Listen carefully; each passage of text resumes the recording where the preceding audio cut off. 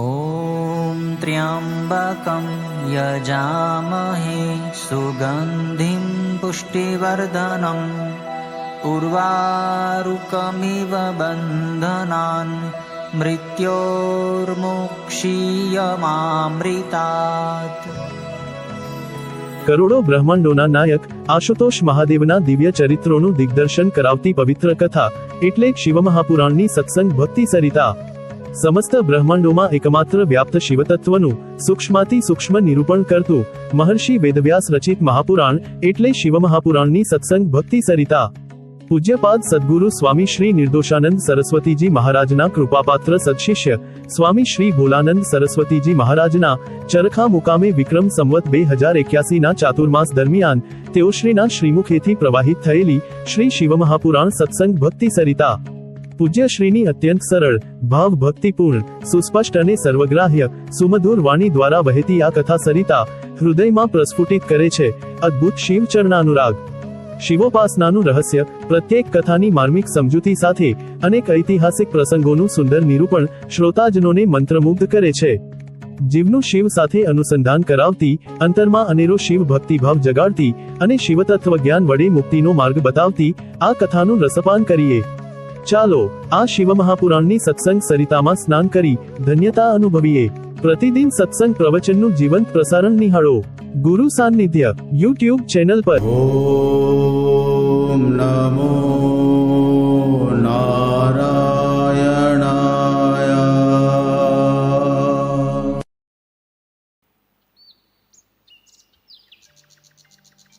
મનુષ્યનું જીવન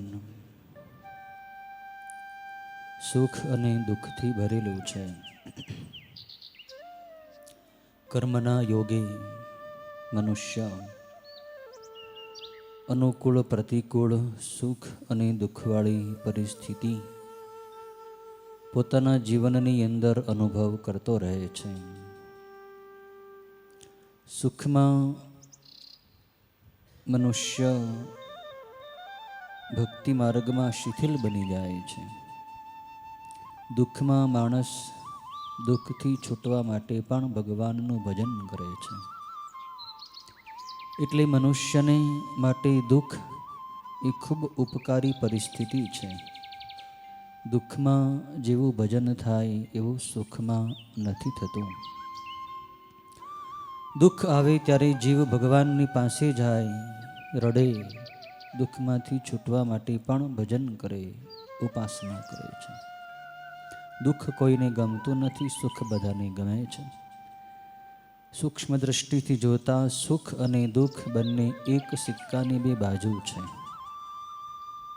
સમજેલા સૂક્ષ્મ બુદ્ધિવાળા સાધકો ભક્તો સુખને પણ દુઃખ જ માને છે, કેમ કે સુખમાં પણ મનુષ્યની વૃત્તિ તમોગુણી રહે છે, શિથિલ રહે છે। એ પોતાના કલ્યાણ માટે જાગૃત થતો નથી। અનુભવી સંતો એમ કહે છે કે સુખ અને દુઃખ બંનેથી ઊંચે ઉઠો અને પરમ આનંદની પ્રાપ્તિ કરો। આનંદ એ જીવની મૂળભૂત ભૂખ છે। બધાને આનંદ જોઈએ છે। એ આનંદ આપણું સ્વરૂપ છે। આપણે આત્મ સ્વરૂપે આનંદમય છીએ। આત્મા એ જ પરમાત્મા છે। પરમાત્મા આનંદ સ્વરૂપ છે। પરમાત્માનું ભજન કરવાથી શાશ્વત આનંદની પ્રાપ્તિ થઈ જાય છે। તો આનંદ આપવા માટે ભગવાન ભક્તની ભાવનાથી ભાવિત થઈને આ સૃષ્ટિ પર અવતાર લે છે।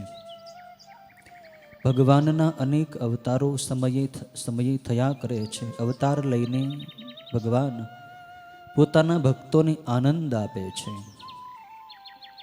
સકામ ભાવવાળા એટલે કે જેના મનમાં કંઈક ઈચ્છા હોય, ઈચ્છાને લઈને ભગવાનનું ભજન કરતા હોય તો ભગવાન એની ઈચ્છા પૂરી પણ કરે છે અને પછી એને નિષ્કામ પણ બનાવી દે છે। એની બધી કામના છોડાવી દે છે। આગળ વધતા ભક્તને એમ થાય કે જે જે ઈચ્છાઓ હું કરું છું એ ઈચ્છાઓ પૂરી થાય પણ છે, પણ છતાંય તૃપ્તિ થતી નથી, નવી ઈચ્છા જાગૃત થઈ જાય છે. તો મારે તો શાશ્વત તૃપ્તિ જોઈએ, તો સંસારની કોઈ પણ ભૌતિક વસ્તુ કાયમી તૃપ્તિ નથી આપી શકતી. શાશ્વત તૃપ્તિ તો ભગવાનમાં છે, નિષ્કામ થવામાં છે. કામના જ છોડી દો, કોઈ ઈચ્છા જ ન કરો તો સંતુષ્ટ થઈ જાય, સંતુષ્ટિ આવી જાય આપણામાં. એવું સમજાઈ જાય ત્યારે એની અંદરથી જ્ઞાન થાય છે, એ આનંદ મળે છે. એટલે ભગવાન આ જગતમાં અનેક અવતારો ધારણ કરે છે. વિશ્વ ભગવાનના પણ અનેક અવતારો થયા છે. ભગવાન મહાદેવના પણ અનેક અવતારો આ જગતમાં થયા છે અને આગળ પણ થશે, અત્યારે પણ થઈ રહ્યા છે. ભગવાન સમયે સમયે અવતાર લઈને લીલાઓ કરે છે. શિવપુરાણની અંદર ભગવાન શિવના આવા અવતારોની કથા છે, જે ભગવાન મહાદેવે 100 અવતારો ધારણ કર્યા હતા. અલગ અલગ સમયે ભગવાન 100 અવતારો ધારણ કરીને ભક્તોને ઈચ્છાઓ ભગવાનની પૂરી કરી હતી. એ 100 અવતારોની કથા શિવપુરાણની અંદર આવે છે, જેની શતરુદ્ર સંહિતા કહેવાય છે. શત એટલે 100. ભગવાન રુદ્રના 100 અવતારોની કથા જે સંહિતામાં વર્ણવવામાં આવી છે, એ સંહિતા એટલે શતરુદ્ર સંહિતા. આ કથાનો સૂતજી પ્રારંભ કરી રહ્યા છે. રુદ્ર સંહિતા સુધીની કથા સૂતજીએ શૌનક વગેરે ઋષિઓને સંભળાવી દીધી છે. આજે શૌનક ઋષિ બધાય ઋષિઓ વતી સૂતજીને પ્રશ્ન કરે છે. નૈમિષારણ્યમાં આ બધા ઋષિઓ યજ્ઞ કરી રહ્યા છે. એ યજ્ઞની અંદર સૂતજીનું આગમન થયું છે. આ કથા આપણે શિવપુરાણના પ્રારંભની અંદર કરી ગયા છીએ કે ઋષિઓ યજ્ઞ કરતા હતા. સૂતજી આવ્યા, સૂતજીનું સન્માન કર્યું, પૂજન કર્યું ઋષિઓએ. પછી ઋષિઓએ પ્રશ્નો કર્યા કે સૂતજી, અમારે ભગવાન શિવની કથા સાંભળવી છે, શિવપુરાણની કથા મને સંભળાવો. એટલે સૂતજી આ કથા નૈમિષારણ્યમાં આ બધા શૌનક વગેરે ઋષિઓને સંભળાવી રહ્યા છે. માં શતરુદ્ર સંહિતા એ ત્રીજી સંહિતા છે અને ભગવાન શિવના 100 અવતારોની કથા છે. આ સંહિતાના પ્રથમ અધ્યાયની અંદર મંગલાચરણ કરવામાં આવ્યું છે. વંદે મહાનંદમનંત લીલમ મહેશ્વરમ સર્વ વિભુમ મહાંતમ ગૌરી પ્રિયમ કાર્તિક વિઘ્નરાજ સમુદ્ભવમ શંકરમાદિદેવમ. મહાન આનંદ સ્વરૂપ, અનંત લીલાવાળા, સર્વવ્યાપક પાર્વતીના પતિ, કાર્તિકે અને ગણપતિના પિતા, મહાન ઈશ્વર અને આદિદેવ ભગવાન શંકરને હું વંદન કરું છું. પ્રારંભમાં શિવની વંદના કરવામાં આવી છે. શૌનકજી પ્રશ્ન કરે છે કે હે વ્યાસજીના શિષ્ય સૂતજી. સૂતજી વ્યાસજીના શિષ્ય છે. સૂત મુનિએ પોતાના ગુરુદેવ વ્યાસજી પાસેથી 18 પુરાણોની કથા ખૂબ જ સુંદર રીતે સૂક્ષ્મ રૂપે સાંભળી છે. એટલે સૂતજી 18 પુરાણોના જ્ઞાતા છે. એને બધું જ્ઞાન છે 18 પુરાણોનું. શૌનક વગેરે ઋષિઓ કહે છે કે તમે ભગવાન શિવની અદ્ભુત કથાઓ અમને સંભળાવી રહ્યા છો. હવે ભગવાન મહાદેવે જે અવતારોથી સજ્જનોનું કલ્યાણ કર્યું એ શિવ અવતારો તમે કહો. જે અવતાર લઈને ભગવાને પોતાના ભક્તોનું કલ્યાણ કર્યું છે એ અવતારો મને સાંભળવાની ઈચ્છા છે. ત્યારે સૂતજી કહે છે કે હે મુનિવર, તમે જે મને આ પ્રશ્ન કર્યો છે, આ જ વિષય ઉપર સનત કુમારોએ નંદીશ્વરને પ્રશ્ન પૂછ્યો હતો. સનત કુમાર એ બ્રહ્માજીના માનસ પુત્રો છે. 4 ભાઈઓ છે. સદાય બાલ્યાવસ્થામાં રહે છે અને ભગવાનનું ભજન કર્યા કરે છે. તત્વજ્ઞાની છે, યોગીઓ છે બધા ચારેય ભાઈઓ સાથે બેસીને ભગવાનની કથાઓ કર્યા કરે છે, ધ્યાન કર્યા કરે છે. બાલ બ્રહ્મચારી છે. આ સનતકુમારો એકવાર ભગવાન શિવના ગણ નંદીશ્વરની પાસે ગયા. નંદીશ્વર એ ભગવાન શિવના મુખ્ય ગણ છે. શિવને બહુ વહાલા છે. આ નંદીશ્વરની પણ આપણે કથા પહેલા સાંભળી પણ છે. એ નંદીશ્વરના અવતારની કથા આગળ પણ અહીં આવવાની છે. તો નંદીશ્વરની પાસે સનત કુમારોએ જઈને પ્રશ્ન કર્યો કે ભગવાન નંદીશ્વર, મહાદેવના અલગ અલગ અવતારો ક્યારે થયા, કયા કલ્પમાં થયા, એ અવતારો લઈને ભગવાને કેવી લીલા કરી મહાદેવે, એ સાંભળવાની એમની ઈચ્છા છે. ત્યારે નંદીશ્વરે સનત કુમારોની આ અવતારની કથા સંભળાવી છે. એ જ નંદીશ્વર અને સનત કુમારોનો સંવાદ અહીં બતાવવામાં આવ્યો છે.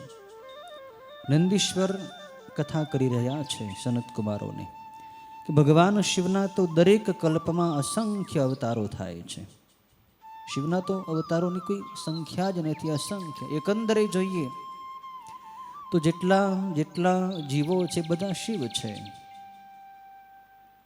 તો બધાય જીવો એ શિવનો એક અવતાર જ છે, શિવના જ અંશ છે.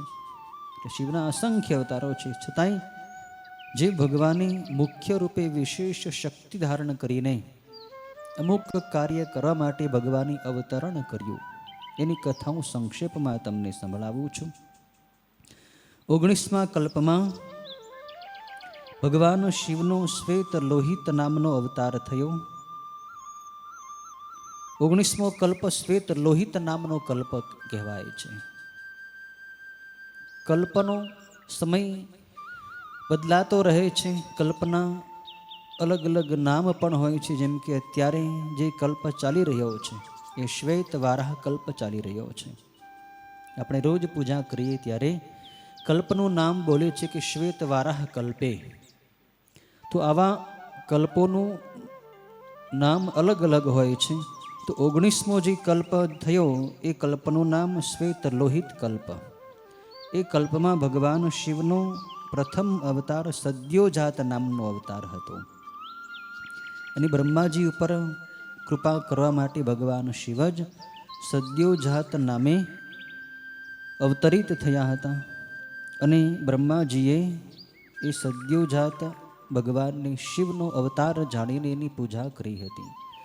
20મો કલ્પ રક્ત કલ્પ કહેવાય છે.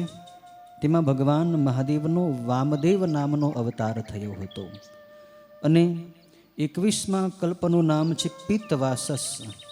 ભગવાન શિવનો એ કલ્પમાં તત્પુરુષ નામનો અવતાર થયો હતો. ત્યાર પછી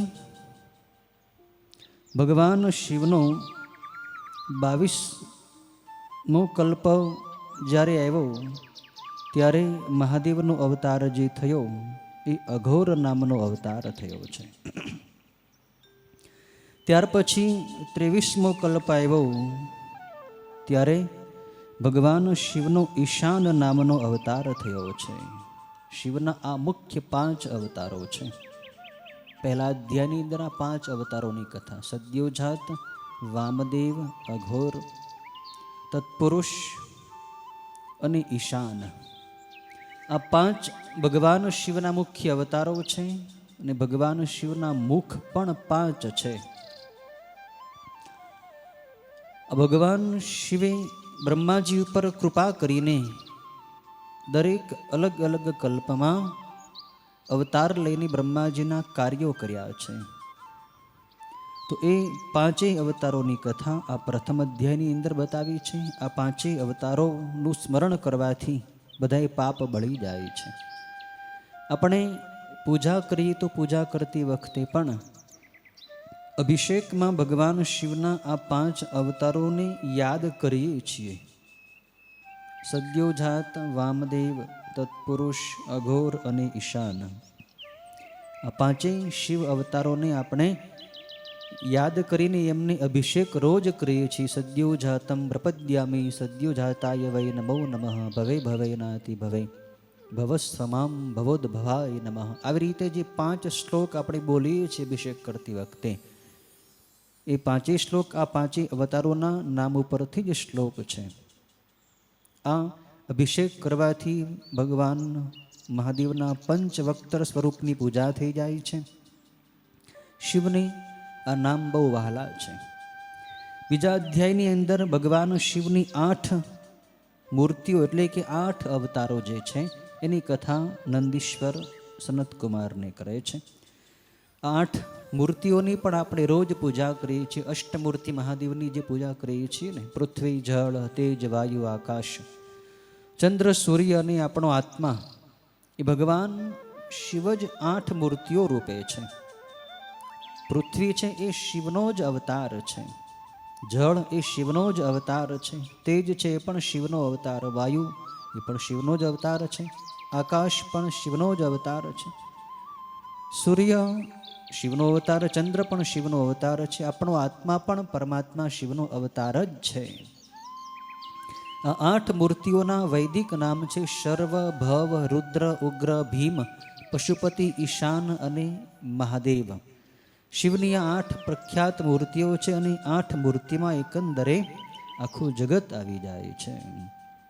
8 અવતારોની કથા બીજા અધ્યાયની અંદર છે. ત્રીજા અધ્યાયમાં ભગવાન શિવના અર્ધનારીશ્વર અવતારની કથા નંદીશ્વર કરી રહ્યા છે. નંદીશ્વર સનતકુમારોને કહે છે કે ભગવાન શિવ અર્ધનારીશ્વર રૂપે, એટલે કે ભગવાન શિવનું અડધું અંગ નારીનું, અડધું અંગ નરનું, અડધું અંગ પાર્વતીનું, અડધું અંગ મહાદેવનું, એવો અવતાર કઈ રીતે થયો હતો એની કથા ત્રીજા અધ્યાયમાં છે. બ્રહ્માજીને સૃષ્ટિ સર્જવાની હતી. સૃષ્ટિનું સર્જન બ્રહ્માજીએ કર્યું. પ્રજાઓને ઉત્પન્ન કરી બ્રહ્માજીએ, પણ પ્રજાઓ વધીને જેટલાને ઉત્પન્ન કરે એટલાને એટલા જ રહેતા હતા. એટલા જ જીવો રહેતા હતા. જીવો વધતા નહોતા. બ્રહ્માજી ચિંતામાં પડ્યા, કરવું શું? કારણ એ વખતે બ્રહ્માજીએ માત્ર પુરુષોનું જ કુળ ઉત્પન્ન કર્યું હતું. સ્ત્રીઓની જાતિ ઉત્પન્ન નહોતી થઈ. બ્રહ્માજીને વિચાર આવ્યો. બ્રહ્માજીને આકાશવાણીએ આજ્ઞા કરી, પ્રેરણા કરી કે તમે સ્ત્રીઓના કુળને ઉત્પન્ન કરો. સ્ત્રીનું કુળ ઉત્પન્ન થાય, પુરુષ અને સ્ત્રી બંને વડે તમારી સૃષ્ટિ આગળ વિસ્તૃત થશે, વિસ્તાર પામશે. મૈથુની સૃષ્ટિ ઉત્પન્ન થશે અને એમાંથી જીવોનો જન્મ થયા કરશે. પુરુષ અને સ્ત્રીમાંથી આગળ એના સંતાનો થાય, સંતાનોમાંથી એના સંતાનો થાય. પણ એના માટે સ્ત્રીઓનું કુળ ઉત્પન્ન થવું જોઈએ. એના માટે તમે તપ કરો. બ્રહ્માજીએ ભગવાન શિવનું તપ કર્યું છે. તપથી ભગવાન શિવ પ્રસન્ન થયા. બ્રહ્માની ઈચ્છા હતી કે સ્ત્રીઓનું કુળ ઉત્પન્ન થાય. એટલે મહાદેવ અડધા અંગમાં શિવરૂપ છે, અડધા અંગમાં શિવાદેવી છે. આવા અર્ધનારીશ્વર સ્વરૂપે ભગવાન શિવ બ્રહ્માજીની સામે પ્રગટ થયા છે. બ્રહ્માજીને વરદાન માગવાનું કહ્યું છે. બ્રહ્માજી ભગવાન મહાદેવની પાસે વરદાન માગે છે કે પ્રભુ, આપ આપના અડધા અંગમાં જે શિવાદેવી રહ્યા છે એને આપનાથી અલગ કરો, કે જેથી કરીને એ શિવાદેવીથી સ્ત્રીઓનું કુળ ઉત્પન્ન થાય. મારી મૈથુની સૃષ્ટિ ઉત્પન્ન કરવી છે.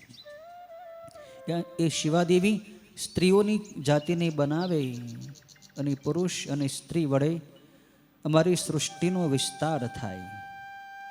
આ માટે મેં આપનું તપ કર્યું છે. ભગવાન શિવે શિવાદેવીને પોતાનાથી અલગ કર્યા છે અને પછી શિવાદેવીને બ્રહ્માજીએ પ્રાર્થના કરી કે હે ભગવતી શિવા, નારીનું કુળ સર્જવા માટે હું આપને પ્રાર્થના કરું છું. નારીઓનું કુળને આપ સર્જન કરો.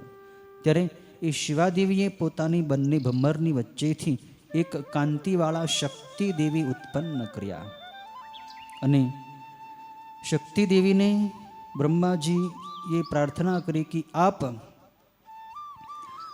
સ્ત્રીઓની જાતિને ઉત્પન્ન કરો. એટલે એ પરમેશ્વરી જે શિવાદેવીથી પ્રગટ થયા હતા એનાથી સ્ત્રીઓના કુળની ઉત્પત્તિ થઈ. પેલા મૂળ શિવાદેવી જે હતા એ ભગવાન શિવની અંદર વિલય થઈ ગયા. શિવાદેવીથી જે શક્તિ દેવી ઉત્પન્ન થયા હતા એમાંથી સ્ત્રીઓનું કુળ ઉત્પન્ન થયું અને એનાથી પ્રજાઓ વધવા માંડી છે. અહીંયા ભગવાન શિવનો અર્ધનારીશ્વર અવતાર કઈ રીતે પ્રગટ થયું એની કથા નંદીશ્વરે કરી છે. ચોથા અધ્યાયની અંદર ભગવાન શિવના અલગ અલગ દ્વાપર યુગોમાં 9 અવતારો જે થયા એની કથા નંદીશ્વર કરી રહ્યા છે. નંદીશ્વર કહે છે કે ભગવાન શિવના અલગ અલગ અવતારો થયા છે. આ અધ્યાયની અંદર હું 9 અવતારોની કથા કરી રહ્યો છું. લોકો પર કૃપા કરવા માટે, બ્રાહ્મણોના હિત માટે દ્વાપર નામના યુગની લગભગમાં ભગવાન શિવ અવતાર ધારણ કરે છે. એ વખતે યુગ ચાલુ થતાં એ પ્રથમ યુગમાં પહેલા દ્વાપરમાં વ્યાસ પ્રગટ થયા અને શિવાદેવી સાથે મહામુનિ શ્વેત નામે એનું નામ પડ્યું. શ્વેત નામના ભગવાન શિવ પ્રગટ થયા છે. પ્રથમ દ્વાપરમાં ભગવાન શિવ શ્વેત મહામુનિ નામે પ્રગટ થયા છે. ત્યાર પછી બીજા દ્વાપરમાં ભગવાન મહાદેવ સુતાર નામે પ્રગટ થયા છે. ત્રીજા દ્વાપરમાં દમન નામે મહાદેવ પ્રગટ થયા. ચોથા દ્વાપરમાં મહાદેવ સુહોત્ર નામે પ્રગટ થયા છે. પાંચમા દ્વાપર યુગમાં ભગવાન મહાદેવ કંક નામે પ્રગટ થયા છે. છઠ્ઠા દ્વાપર યુગની અંદર લોકાક્ષ નામે મહાદેવ પ્રગટ થયા. સાતમા દ્વાપર યુગની અંદર જૈગેશવ્ય નામે મહાદેવ પ્રગટ થયા. આઠમા દ્વાપર યુગની અંદર મહાદેવ દધી વાહન નામે પ્રગટ થયા. નવમા અવતારની અંદર ભગવાન શિવ ઋષભ નામે યોગી થયા હતા. આ 9 અવતારો ચોથા અધ્યાયની અંદર મહાદેવના બતાવ્યા છે. છેલ્લો અવતારમાં 9મો અવતાર ઋષભ નામના મહાદેવ ઋષભ યોગી થઈ ગયા. ભગવાન શિવના અવતાર હતા. આ ઋષભ શિવ યોગી હતા. એણે પણ ઘણી લીલાઓ કરી હતી. એ ઋષભ યોગીની એક કથા સ્કંદ પુરાણની અંદર પણ આવે છે. કથા એવી છે કે વજ્રબાહુ નામનો રાજા થઈ ગયો દશાર્ણ દેશમાં. દશાર્ણ નામના દેશમાં વજ્રબાહુ નામનો રાજા હતો. એને સુમતી નામની રાણી હતી. ખૂબ સુશીલા પતિવ્રતા નારી હતી. રાજાની બીજી પણ ઘણી બધી રાણીઓ હતી, પણ આ સુમતી રાણી ખૂબ જ પતિવ્રતા, પતિની ખૂબ જ સેવા કરવાવાળી, દરેક સદગુણોનો ભંડાર હતી. બીજી કોઈ રાણીને પુત્ર નહોતો થયો અને આ સુમતી રાણીને પુત્ર થયો. એટલે બીજી બધી જે રાણીઓ હતી એ આ સુમતી રાણી સાથે ઈર્ષા કરવા માંડી. એમાં એને સંતાન થયું. એટલે બધી રાણીઓને એમ થયું કે હવે આ સુમતી રાણીને રાજા વધુ ચાહશે, અમને માન આપશે નહીં. એટલે બધી રાણીઓએ ભેગી મળીને સુમતી રાણીને ખોરાકની અંદર ભોજનમાં વિષ આપી દીધું. વિષ ભોજનની અંદર ભળી ગયું. એ વિષયુક્ત ભોજન જમવાથી આ સુમતી રાણીને આખા શરીરે કોઢ નીકળ્યા છે.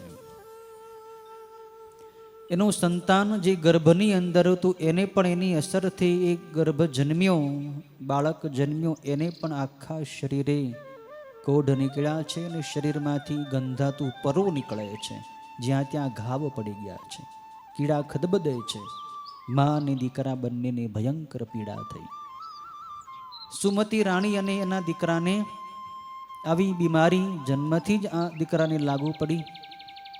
રાજાએ એના ઘણા ઉપચારો કર્યા, વૈદ્યોને બોલાવ્યા, પણ કંઈ સફળતા મળી નહીં. કેમ કે વિષ બહુ વધારે પ્રમાણમાં શરીરની અંદર વ્યાપી ગયું હતું. રાજા થાકી ગયો. બીજી બધી રાણીઓએ રાજાને કાન ભંભેરણી કરીને એવો ચડાવ્યો કે આ રાણીને આજે કોઢ નીકળાય, ચેપી રોગ છે, તમે એની સાથે રહેશો તો તમને એનો ચેપ લાગશે, માટે તમારે બચવું હોય તો રાણીને જંગલમાં કાઢી મૂકો. બીજી બધી રાણીની વાતમાં આવીને રાજા વજ્રબાહુએ પોતાની જ્યાં સુમતી રાણી સુશીલા હતી એનો કોઈ દોષ નહોતો, કોઈ પણ દોષ વગર વાંકે એને જંગલની અંદર કાઢી મૂકી છે. બિચારી અબળા એકલી સ્ત્રી, એમાં પણ આ નાનો દીકરો એની સાથે, બંને રોગી બીમાર છે. અબળા નિરપરાધ પત્નીનો ત્યાગ કરવો એ બહુ ભયંકર પાપ છે. જે સ્ત્રીએ પોતાનું જીવન પતિના શરણે સમર્પિત કર્યું હોય, અગ્નિની બ્રાહ્મણની સાક્ષીએ જેને વિવાહ વિધિથી સ્વીકાર્યા હોય, એ પુરુષ જ્યારે પોતાની પત્નીનો ત્યાગ કરી દે, કોઈ પણ દોષ વગર ત્યાગ કરી દે, એનું પરિણામ બહુ ભયંકર આવે છે. આ રાજા એ પાપનો કાંઈ વિચાર કર્યો નહીં અને રાણીને કાઢી મૂકી. રાણી બિચારી દુઃખી થઈ. જંગલમાં એક ઝૂંપડી બનાવી એણે અને એમાં રહેવા લાગી. ક્યારેક ખાવાનું મળે, જંગલમાં શું મળે, વનના કંદ મૂળ ફળ ફૂલ જીવન ચલાવે. એમાં દીકરાની સમય જતાં થોડાક સમયમાં જ એનું મૃત્યુ થઈ ગયું, કેમ કે રોગ વધતો જતો હતો. દીકરો મૃત્યુ પામ્યો એટલે રાણી ઉપર જાણે આભ તૂટી પડ્યું. મહાદેવની પાસે આ સુમતી રાણી ભગવાનને પોકાર કરે, મહાદેવ હું તમારી દુખિયારી દીકરી છું પ્રભુ, આ જગતમાં આપની સિવાય મારું હવે બીજું કોઈ નથી. મારા પતિએ મારો ત્યાગ કરી દીધો છે. શરીરમાં કેટલી ભયંકર બીમારી છે, શરીરમાં કેટલી પીડા થઈ રહી છે. મહાદેવ મને મારા જીવનની આશા, મારો આ દીકરો હતો, મારા કાળજાનો કટકો હતો, મારા આંખનો તારો હતો, મને આશા હતી રોગ મટી જશે, મારો દીકરો મોટો થઈને મારી સેવા કરશે, પણ એ આશાનો દીપક પણ બુઝાઈ ગયો. મહાદેવ દીકરો મરી ગયો, તો હવે તમે મને શું કામ જીવતી રાખો છો? મને પણ મારી નાખો મહાદેવ, મારે આ જગતમાં જીવવું નથી. મને આ શરીરની અંદર હવે કંટાળો આવ્યો છે મહાદેવ, એકલી અબળા હું ક્યાં જાઉં? ભગવાનની પાસે કરુણ ક્રંદન કરે છે, ખૂબ રડે છે સુમતી. શિવ તો ભક્ત વત્સલ છે, શિવ દુઃખ હરતા છે, ભક્તોનો આર્ત પોકાર ભગવાન તુરંત સાંભળે છે. મહાદેવનું સિંહાસન ડોલી ઉઠ્યું છે. તુરંત ભગવાન મહાદેવ આ ઋષભ યોગીનો અવતાર લઈને, જે આ ઋષભ અવતાર અહીં બતાવ્યો ને, ભગવાન એ અવતાર લઈને આ રાણીના રોગને નસાડવા માટે, રોગને ભગાડવા માટે, મટાડવા માટે મહાદેવ પ્રગટ થયા. મહાદેવ યોગી બનીને આવ્યા છે. મસ્તક ઉપર જટા છે પિંગળી, આખા અંગ પર ભસ્મનું વિલેપન કર્યું, વાઘાંબર પહેર્યો છે ભગવાને, હાથમાં ત્રિશૂળ ડમરું છે, જાણે બીજા શિવ જ હોય એવો સ્વરૂપ છે ભગવાનનું. રાણીને કહ્યું છે ભગવાન, બેટી શું કામ તું રડે, તને શું દુઃખ છે? દિવ્ય શિવયોગીના દર્શન કરીને રાણીના જીવનમાં આશાનો સંચાર થયો. જાણે કોઈ મને ગુરુદેવ મળી ગયા હોય એવો એને ભાવના થઈ. રાણીને થયું કે મારા ભગવાન મહાદેવ જ મારા ગુરુદેવ બનીને મારી સામે પ્રગટ થયા છે. ભગવાનના ચરણોમાં ઢળી પડી રાણીએ. પહેલાં તો ખૂબ રડી છે, મહાદેવ આપ મને આ શરીરમાંથી છુટકારો આપો, મારે હવે જીવવું નથી. ભગવાન કે બેટી મરાય નહીં, મૃત્યુ જ્યારે આયુષ પૂરી થાય ત્યારે તો મરવાનું જ છે, પણ એ પહેલાં શરીર છોડવું એ આત્મહત્યા કહેવાય. ધીરજ રાખ, રોગ પ્રારબ્ધને કારણે પણ આવે છે, કર્મને ફળરૂપે દરેક માણસને સુખ અને દુઃખ ભોગવવું જ પડે છે. પણ દીકરી હું તને આ ભસ્મ આપું છું, આ ભસ્મ તારા શરીર ઉપર તું લગાવી દે, તારા બધા જ કોઢ મટી જશે.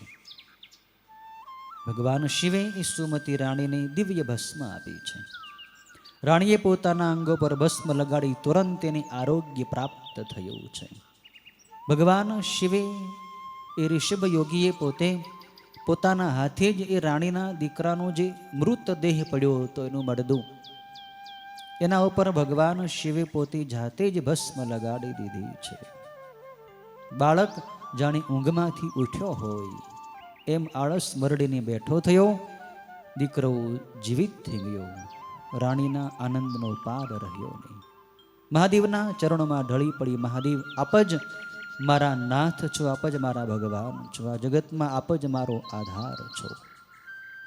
આપે જ અમને જીવાડ્યા છે, આપે જ અમને નરકમાં પડતા બચાવ્યા છે. મહાદેવ હવે આપ અમારો ઉદ્ધાર કરો.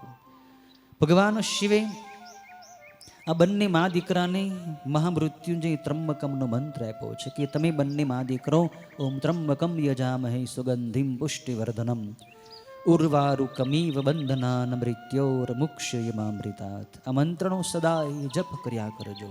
રોજ મારી પૂજા કરજો. રોજ શિવલિંગ ઉપર જળ ચડાવજો, બિલીપત્ર ચડાવજો. તમારી ભક્તિ પરિપૂર્ણ થશે. પછી એકવાર વળી પાછો હું આવીશ. હે રાણી, તારા આ દીકરાનું નામ તું ભદ્રાયુ રાખજે. ભગવાન ઋષભ મહાદેવે દીકરાનું નામ ભદ્રાયુ પાડ્યું છે. ભદ્રાયુ ને ભગવાને કહ્યું છે કે તું પણ આ મંત્રનો જપ કરજે, ભસ્મ લગાવજે, રુદ્રાક્ષ પહેરજે, મારી ભક્તિ કરજે, તારું કલ્યાણ થશે. મા અને દીકરાએ ભગવાન શિવની ભક્તિ શરૂ કરી. ભગવાન ત્યાંથી અંતર્ધાન થઈ ગયા છે. 16 વર્ષ પછી આ દીકરો 16 વર્ષની ઉંમરનો થયો ત્યારે વળી પાછા એ જ ઋષભ મહાદેવ એ દીકરાની સમક્ષ પ્રગટ થયા છે. ભદ્રાયુને ભગવાને એ વખતે એક સ્તોત્ર શીખવાડ્યો છે જેનું નામ શિવ કવચ સ્તોત્ર છે. શિવ કવચ સ્તોત્ર બહુ શક્તિવાળો સ્તોત્ર છે. ભગવાન શિવે એને આ સ્તોત્ર શીખવાડ્યું અને કહ્યું કે આ સ્તોત્ર તું બોલીશ એટલે મારી શક્તિથી તારી આસપાસ એક કવચ, એક બખ્તર, એક સુરક્ષા કવચ બની જશે. એ કવચમાં તને કોઈ મારી શકશે નહીં, તને કોઈ હેરાન કરી શકશે નહીં.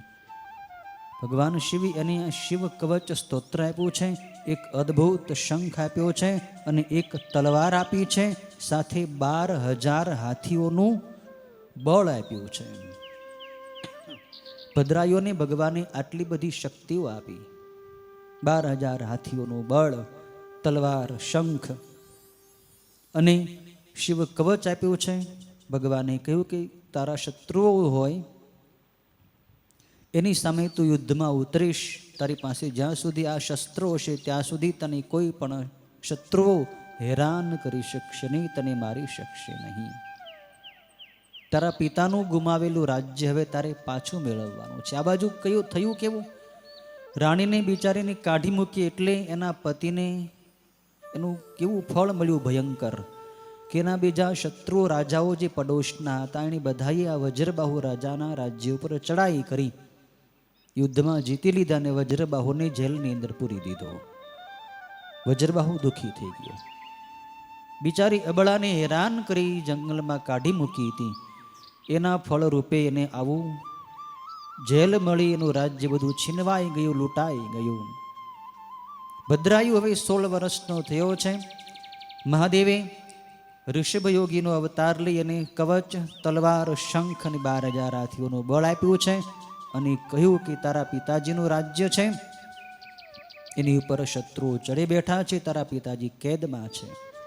તું તારા પિતાજીનું ગુમાવેલું રાજ્ય પાછું મેળવી લે, તારા પિતાજીને કેદમાંથી મુક્ત કર. ભલે તારા પિતાએ તમારો ત્યાગ કરી દીધો હતો પણ પિતા પિતા ગણાય, તેને છોડાવ. ભગવાન શિવ આટલું કહી આટલી આજ્ઞા આપી જતા રહ્યા છે. ભદ્રાયુએ પોતાની પ્રચંડ શક્તિ વડે શત્રુઓને ભગાડી મૂક્યા છે, પિતાને જેલમાંથી મુક્ત કર્યા છે. જેમ કૃષ્ણ ભગવાને વસુદેવ અને દેવકીને કેદમાંથી મુક્ત કર્યા હતા, કંસનો વધ કર્યો હતો, એ જ રીતે આ ભદ્રાયુએ પણ પોતાના પિતાને જેલમાંથી મુક્ત કર્યા છે. વજ્રબાહુએ પોતાનું રાજ્ય આ ભદ્રાયુને જ આપી દીધું. ભદ્રાયુ રાજા બન્યો અને કીર્તિ માલિની નામની જે રાણી થઈ ગઈ એ પણ શિવની ભક્તિમતી શિવની ભક્તિવાળી સ્ત્રી હતી. સીમંતીની રાણીની એ પુત્રી હતી કીર્તિમાલિની.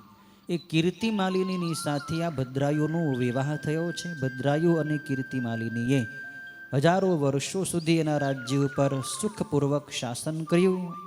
આ જીવન પર્યંત શિવની ભક્તિ કરી અને છેલ્લે ભગવાન શિવના ધામને પામી ગયા. ભદ્રાયુની આ કથા, જેમાં ભગવાન મહાદેવનો ઋષભ અવતાર થયો, એની કથા પણ અહીં શિવપુરાણની અંદર 4થા અધ્યાયની અંદર સંક્ષિપ્તમાં બતાવી છે. 5મા અધ્યાયની અંદર ભગવાનના બીજા 19 જે અવતારો થયા એની કથા છે.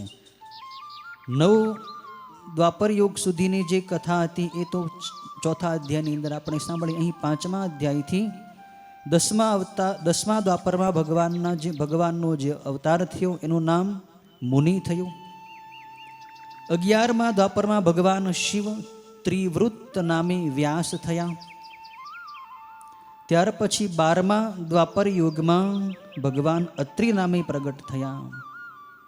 13મા દ્વાપરમાં બલિ નામે, 14મા દ્વાપરમાં રક્ષ નામે અને આંગિરસ વંશમાં ગૌતમ નામે પ્રગટ થયા. 15મા દ્વાપરમાં ભગવાન મહાદેવ વેદ શિરા નામે પ્રગટ થયા. 16મા દ્વાપર યુગમાં ભગવાન ગોકર્ણ નામે પ્રગટ થયા. 17મા દ્વાપરમાં ગુહાવાસી તરીકે પ્રગટ થયા. 18મા દ્વાપર યુગમાં ભગવાન મહાદેવ શિખંડી નામે પ્રગટ થયા હતા. 19મા દ્વાપર યુગમાં મહાદેવ જટીમાલી નામે પ્રગટ થયા. 20મા દ્વાપર યુગમાં આટ્ટહાસ નામે મહાદેવ પ્રગટ થયા હતા.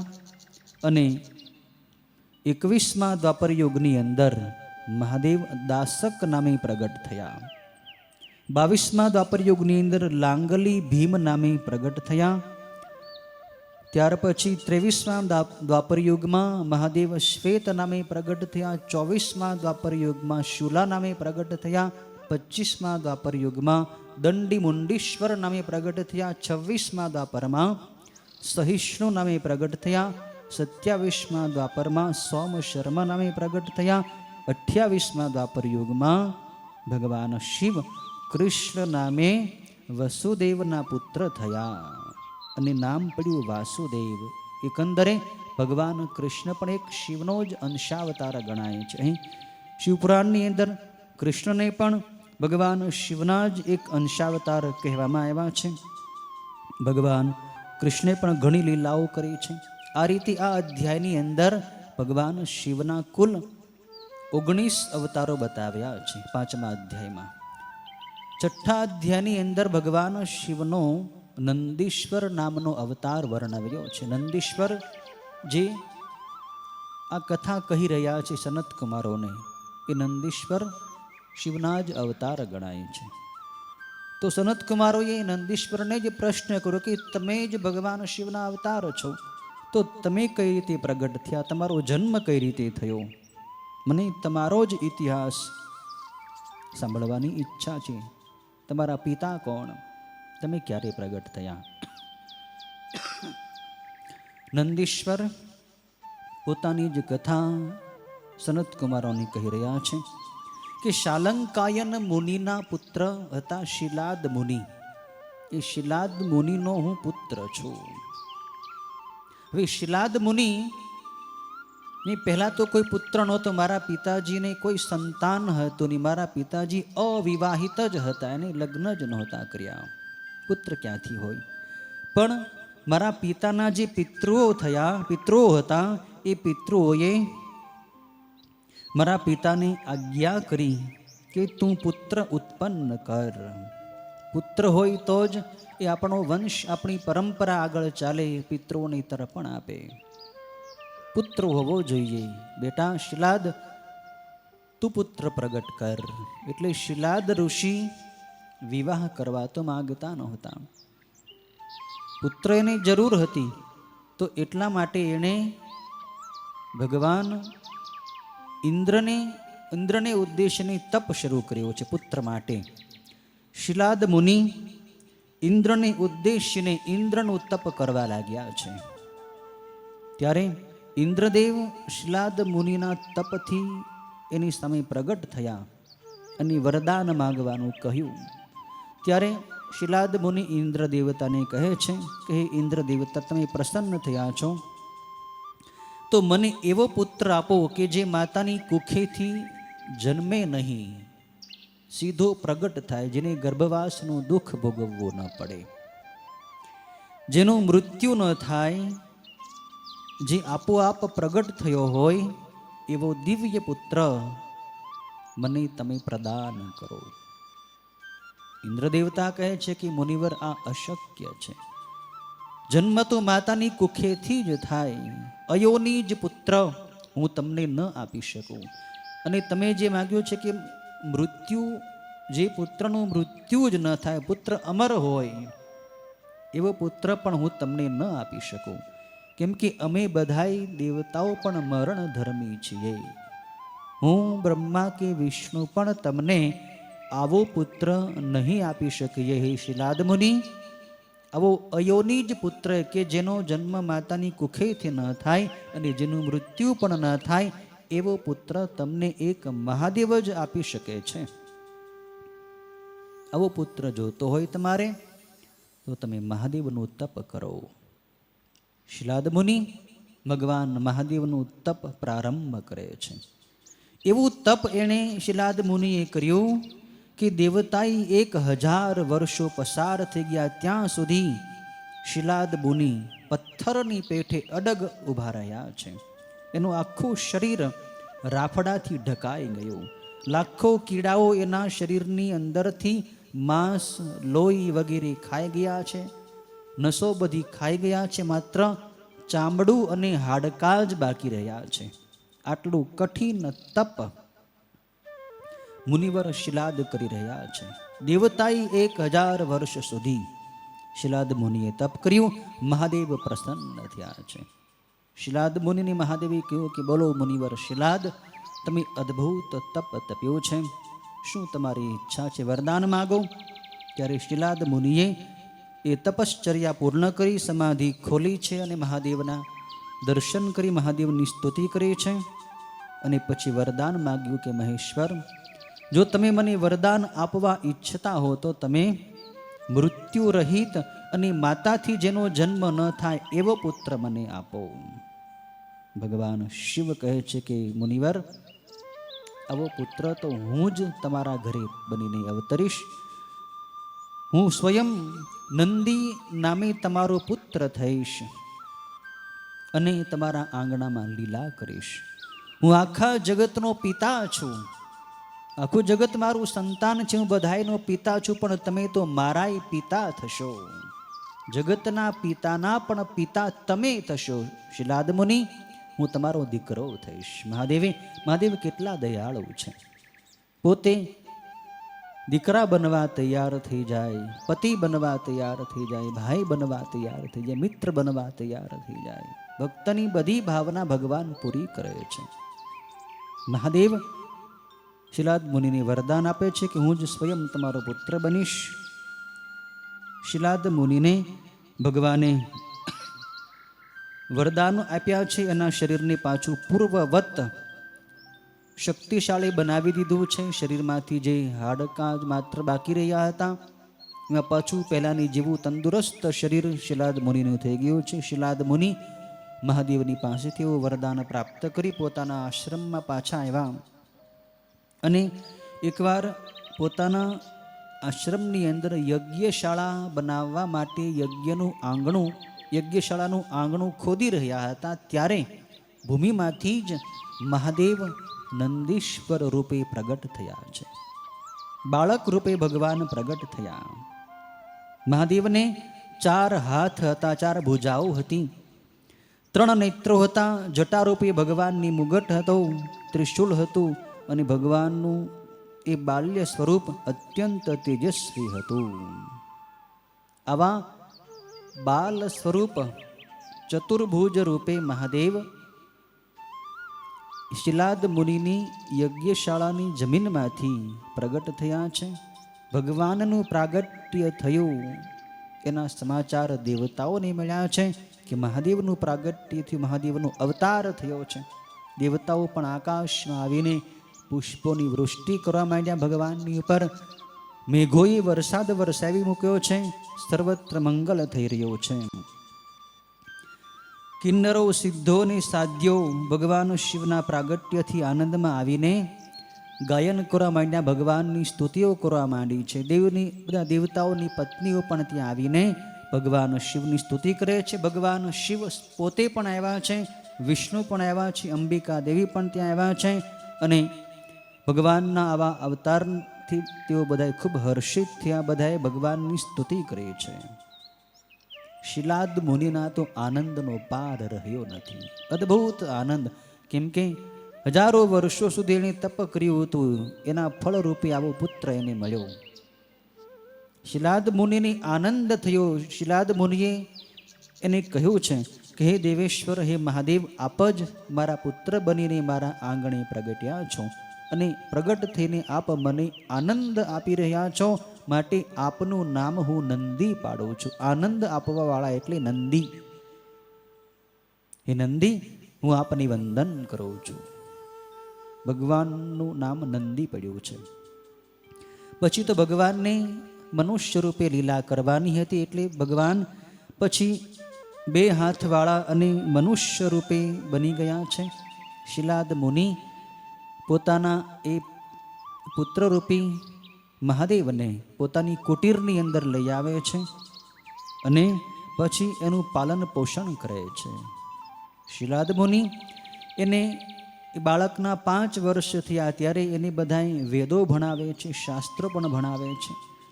2 જ વર્ષની અંદર બધાએ વેદો અને શાસ્ત્રોનું જ્ઞાન નંદીશ્વરને એના પિતા શિલાદ મુનિએ આપી દીધું છે. 7મું વર્ષ પૂરું થયું ત્યારે ભગવાન શિવે શિલાદ મુનિના આંગણે 2 ઋષિઓને મોકલ્યા છે. 2 ઋષિઓનું નામ છે મિત્રા અને વરુણ. મિત્ર ઋષિ અને વરુણ ઋષિ, બંને ઋષિઓ શિલાદ મુનિને ઘરે આવ્યા છે. શિલાદ મુનિએ એમનું સ્વાગત કર્યું, એમનું પૂજન કર્યું, બેસાડ્યા છે. અને પછી એ બંને ઋષિઓ શિલાદ મુનિને કહેવા લાગ્યા કે હે મુનિવર શિલાદ, તમારો જે આ દીકરો નંદી છે ને, એના મુખ ઉપર જોઈને અમે એનું ભવિષ્ય તમને બતાવીએ છીએ કે આ તમારો દીકરો હવે 1 વર્ષથી વધારે જીવશે નહીં. 1 વર્ષમાં જ આનું મૃત્યુ થશે. 8મું વર્ષ જ્યાં પૂરું થશે ને, ત્યાં તો તમારો દીકરો કાળને આધીન થશે, મૃત્યુ થશે. આવી વાત આ ઋષિઓના મુખેથી સાંભળીને શિલાદ મુનિની ઉપર તો જાણે આભ તૂટી પડ્યું. ખૂબ વિલાપ કરે છે, રડે છે. મિત્રાવરુણ ઋષિ તો એમને આશ્વાસન આપીને જતા રહ્યા કે આ તો ભવિષ્ય આવું નિર્મિત છે, કાળ કોઈને છોડતો નથી, બધાએ એકવાર મરવું તો પડે જ. શિલાદ મુનિને એમ થયું કે મેં આવું વરદાન તો મહાદેવની પાસે એવું માગ્યું હતું કે આનું મૃત્યુ જ નહીં થાય, પણ આ બંને ઋષિઓ તો કહે છે કે આનું મૃત્યુ 1 વર્ષમાં થવાનું. હવે શું કરું? મારો પુત્ર મારાથી અલગ થશે, એનું મૃત્યુ થશે, હું પુત્ર વગરનો નિર્વંશ થઈશ. શિલાદ મુનિ વિલાપ કરે છે, પણ નંદીશ્વર પોતાના પિતા શિલાદ મુનિને આશ્વાસન આપે કે પિતાજી, આપ શા માટે રડો છો? તમારા દુઃખનું કારણ શું છે? તમે તમારું બધું જ દુઃખ છોડી દો અને શાંત થાઓ. હું એવું તપ કરીશ કે જેથી ભગવાન શિવની કૃપાથી હું મૃત્યુને પણ હટાવી દઈશ. દેવ, દાનવ, યમરાજ, કાળ અથવા બીજા કોઈ પણ લોકો જો કદાચ મને મારે તો પણ મારું મૃત્યુ થવાનું નથી, એ નક્કી છે. હે પિતાજી, તમે દુઃખી ન થાવ. હું તમારા સોગંદ ખાઉં છું કે હું મૃત્યુ પર વિજય મેળવી લઈશ. ભગવાન મૃત્યુંજય મહાદેવનું હું આરાધન કરીશ. દેવોના દેવ દેવાદિદેવ મહાદેવનું હું ભજન કરીશ. એવું તપ કરીશ 1 વર્ષમાં જ કે ભગવાન શિવને આવવું પડશે, મારા મૃત્યુને ટાળવું પડશે, હું અમર થઈશ, હું શિવને પામી જઈશ. હે પિતાજી, તમે દુઃખ ન કરો, હું તમારા સોગંદ ખાવું છું. નંદીશ્વરે સત્ય પ્રતિજ્ઞા કરી છે અને પિતાજીની આજ્ઞા લઈને, પિતાજીની પ્રદક્ષિણા કરીને નંદીશ્વર ઉત્તમ વનની અંદર જતા રહ્યા છે. વનમાં જઈને નંદીશ્વરે નદીના એક પવિત્ર કિનારે રહીને ભગવાન સદાશિવનું ધ્યાન શરૂ કર્યું છે. એકાંત વનની અંદર નદીની કિનારે નંદીશ્વર ભગવાન મહાદેવના રુદ્ર જપ કરે છે. રુદ્રાષ્ટાધ્યાયી જે છે એને રુદ્ર જપ કહેવાય છે. ઓ નમસ્તે રુદ્રમન્યવ ઉતોત ખવૈ નમ બાહુભ્યામત તે નમ. આ જે રુદ્રાષ્ટાધ્યાયી શુક્લ યજુર્વેદના મંત્રો છે એ મંત્રો વડે આ નંદીશ્વરે ભગવાન શિવનું આરાધન કર્યું છે, શિવનું ધ્યાન કરે છે અને તપશ્ચર્યા કરે, શિવ નામનો જપ કરે છે. મહાદેવ પાર્વતી સહિત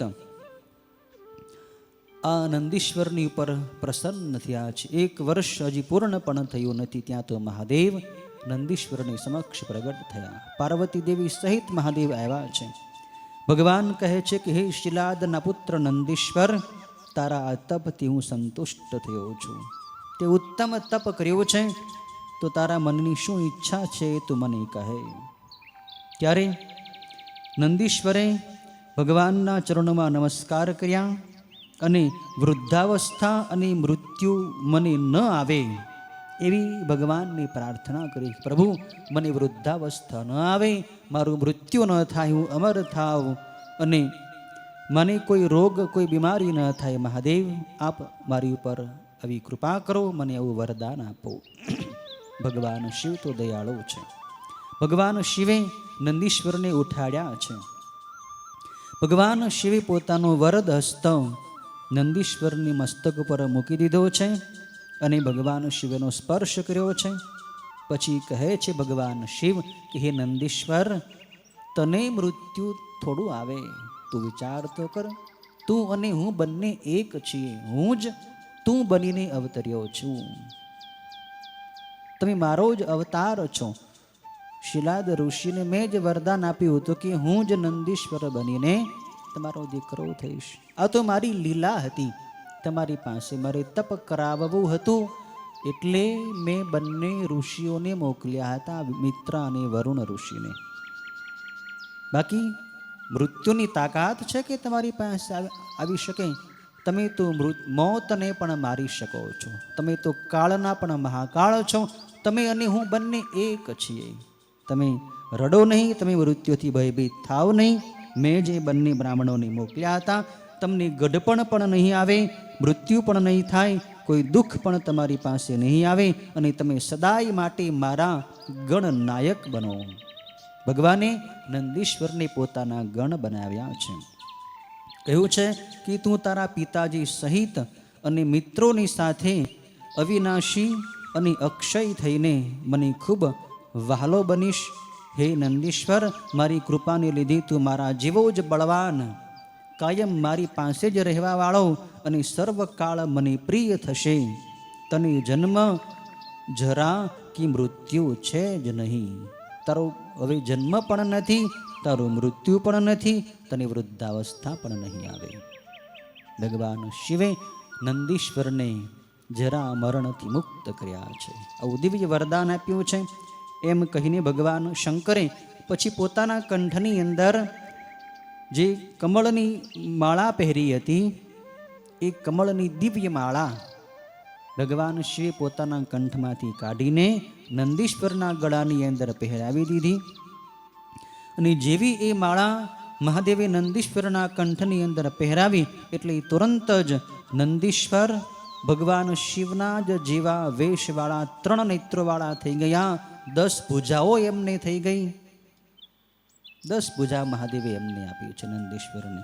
અને કેવું છે કે બોલ નંદીશ્વર, હવે તારે બીજું શું વરદાન જોઈએ છે? ભગવાને એમ કહીને પછી પોતાની જટામાં રહેલું હાર જેવું નિર્મળ પાણી હાથમાં લઈને કહ્યું કે તું નંદી થા. એમ કહીને નંદીશ્વરના મસ્તકની ઉપર એ જળનું પ્રોક્ષણ કર્યું, જળ છાંટ્યું એટલે એ જળમાંથી 5 નદીઓ વહેવા માંડી છે. જટોદકા, ત્રિસ્રોતા, વૃષધ્વનિ, સ્વર્ણોદકા અને જંબુ નદી. આ 5 નદીઓ એ અભિષેકના જળમાંથી પ્રગટ થઈ છે. એ બધી નદીઓ જપેશ્વરની પાસે પરમ પવિત્ર રૂપે વહી રહી છે. પછી ભગવાન મહાદેવી પાર્વતીને કહ્યું કે હું નંદીનો અભિષેક કરું છું અને તેને હું ગણોનો નાયક બનાવું છું, તમે પણ આ નંદીશ્વરનો સ્વીકાર કરો. ઉમાદેવી કહે છે કે હે મહાદેવ, તમારે ખરેખર આ નંદીને પોતાનો ગણ બનાવવો જોઈએ. શિલાદનો આ પુત્ર મને પણ ઘણો વહાલો છે અને મારો એ પુત્ર છે. મા પાર્વતીએ પણ નંદીશ્વરને પુત્ર રૂપે સ્વીકાર્યા છે. નંદીશ્વર ભગવાનના ગણ બન્યા છે. પછી તો ભગવાન શિવ કહે છે કે મારું આ વચન છે કે આ નંદીશ્વર મારો પુત્ર છે. ને બધાએ ગણોને મહાદેવ કહે છે કે તમે બધાએ એને તમારા બધાયનો ગણ નાયક બનાવો. શિવે પોતાના બધાએ ગણોને બોલાવ્યા અને આજ્ઞા કરી કે તમારા બધાનો અધ્યક્ષ ગણાધ્યક્ષ આ નંદી બનશે. તમે બધાએ એને ગણોના અધિપતિ તરીકે માનો, સ્વીકાર કરો અને તમારે બધાએ આની પૂજા કરવાની, આની આજ્ઞામાં તમારે રહેવાનું છે. તે બધાએ ગણો ભગવાન શિવની આ આજ્ઞા આનંદથી વધાવી લે છે. પછી તો બધા ઇન્દ્ર સહિત નારાયણ વગેરે દેવતાઓ, મુનિઓ તથા લોકો પણ આનંદવાળા થઈને સર્વ તરફથી ત્યાં આવ્યા. બ્રહ્માએ પણ ભગવાન શિવની આજ્ઞાથી નંદીશ્વરનો ગણાધ્યક્ષ પદે અભિષેક કર્યો. પછી ભગવાન શિવની આજ્ઞાથી વાયુ દેવતાએ પોતાની પુત્રી જે સુયશા દેવી હતી એની સાથે નંદીશ્વરનો વિવાહ કરાવ્યો છે. નંદીશ્વરની પત્ની થયા છે સુયશા દેવી. એ સુયશા દેવી એ વાયુ દેવતાની પુત્રી છે. એનો વિવાહ નંદીશ્વરની સાથે થયો છે. નંદીશ્વર અને સુયશા દેવી ઉપર ભગવાન શિવ અને માં પાર્વતી પ્રસન્ન થયા છે. ભગવાન મહાદેવે નંદીશ્વરને કહ્યું કે હે સત્પુત્ર નંદી, આ સુયશા તારી પ્રિયા છે અને તું એનો પતિ છે. હે નંદીશ્વર, તમે બંને કાયમની માટે મારા ભક્ત છો. તારા પિતા પણ મારા ભક્ત છે, પરમ ઐશ્વર્યવાન, ગુણોનો અધ્યક્ષ અને બળવાન છે. હે નંદીશ્વર, તમે કાયમની માટે મારી પાસે રહો. ભગવાન શિવે સુયશા દેવી અને નંદીશ્વરને પોતાની પાસે રાખ્યા છે. માં પાર્વતીએ સુયશા દેવીને કહ્યું કે હે દેવી, તું પણ તારે જે વરદાન જોઈએ એ તું માગી લે. ત્યારે સુયશા દેવી માં પાર્વતીની પાસે વરદાન માગે છે કે હે ભગવતી પાર્વતી, તમારા ચરણોમાં સર્વકાળ મારી શ્રેષ્ઠ ભક્તિ રહો. ત્યારે પાર્વતીમાં કહે છે કે હે બેટી સુયશા, મારું ઈચ્છિત વરદાન તું ગ્રહણ કર. હું તને 3 નેત્રો આપું છું. તું 3 નેત્રો વાળી થા અને જન્મ રહિત થઈ પુત્ર અને પૌત્રો સહિત તને મારા ઉપર અને તારા પતિ ઉપર ભક્તિ થશે. તારો પણ હવે નવો જન્મ નથી. તું કાયમની માટે અમર થઈ ગઈ અને તારા જે પુત્રો થશે એના પણ પુત્રો થશે. એ બધાએ પણ મારા અને મહાદેવના ભક્ત થશે અને તને તારા પતિ ઉપર પણ સદાની માટે ભક્તિ રહેશે, પ્રેમ રહેશે. ભગવાન મહાદેવે અને મા પાર્વતીએ નંદીશ્વર અને સુયશા દેવીને આ રીતે અનેક વરદાનો આપી ભગવાન ત્યાંથી અંતર્ધાન થયા છે. નંદીશ્વરનો આ અવતાર 7મા અધ્યાયની અંદર વર્ણવ્યો છે. નંદીશ્વરે પોતે જ પોતાના અવતારની કથા સનત કુમારોને સંભળાવી છે. 8મા અધ્યાયની અંદર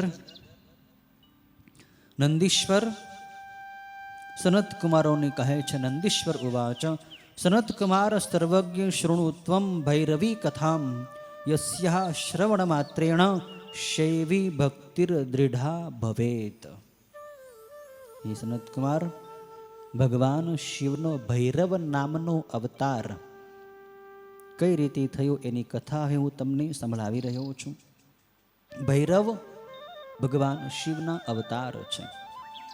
કથા એવી છે કે એકવાર મોટા દિવ્ય ઋષિઓ અને બધાય દેવતાઓ ભેગા થયા હતા અને પરસ્પર ચર્ચા કરતા હતા કે સર્વથી ઉત્તમમાં ઉત્તમ તત્વ કયું છે. મોટામાં મોટા દેવ કયા, મોટામાં મોટું તત્વ કયું, મોટામાં મોટા ભગવાન કયા. બધાય ઋષિઓ અને દેવતાઓ પરસ્પર ચર્ચા કરતા હતા. ત્યારે બ્રહ્માજી એ સભાની અંદર બેઠા હતા. એણે બધાને વાત કરી કે તમે બધા શું આવી ચર્ચા કરો છો? બધાય દેવોનો દેવ તો હું પોતે છું. હું જ સર્વ તત્વોનું પરમ તત્વ છું. હું જ કારણોનું પરમ કારણ છું. મારાથી શ્રેષ્ઠ બીજો કોઈ નથી. બ્રહ્માજીની અભિમાન છે કે હું બધાથી મોટો પિતામહ છું, બધાનો દાદો છું. બ્રહ્માજી ગર્વ કરે છે. બ્રહ્માજીની વાત સાંભળીને ભગવાન વિષ્ણુને ક્રોધ ચડ્યો કે બ્રહ્માજી તમે શું બોલો છો?